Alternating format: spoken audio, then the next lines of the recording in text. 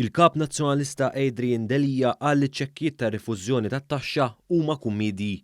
Il-kap tal-Partit Nazzjonalista qal dan waqt intervista politika li ħadd filgħodu hekk kif fetħilha kontra l-ġid li qed qassam il-gvern. Mela daba ċek ta' 60 euro issa, rifad minn tiegħek stess ta' tħallas it-taxxa u jtik lura 60. Ara x'kummedi. Madankollu f'intervista li ħadet aktar minn nofsija, il-kap tal-Oppożizzjoni ma semmix kif dawn iċ-ċekkijiet qed jingħataw għat-tielet sena konsekuttiva.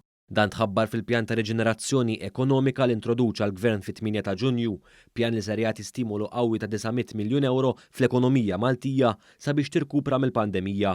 Dakinhar ġie spjegat li din il-miżura se tkun qed tiswa 11 miljun euro u nofs u minnha se jibbenefikaw il fuq minn 210,000 ħaddiem. Dan ifisser li fuq medda ta' 3 snin b'din il-miżura biss, il-Gvern se jkun rat lil dawk kollha li jaħdmu madwar 35 miljun euro. Waqt l-intervista tiegħu Adrian Delija kompla jxejjen ukoll il-ħidma kbira ta' Gvern Laburista favur ekonomija b'saħħitha. Saħansitra giddeb l-esperti internazzjonali indipendenti li f'rapport war ieħor ikkonfermaw l-ekonomija stabbli ta' pajjiżna.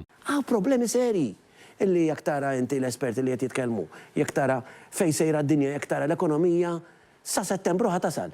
Dan jikkontrasta għal kollox ma' dak li qalu l-esperti ta' Moody's, Fitch, Standard & Poor's u l-Fond Monetarju Internazzjonali li fil-waqt li konfermaw l-ekonomija ta' pajjiżna bi klassifikazzjonijiet mill-aktar għoljin, sostnew ukoll l-ekonomija Maltija se tkun minn tal-ewwel fl-Ewropa u fid-dinja li tirkupra.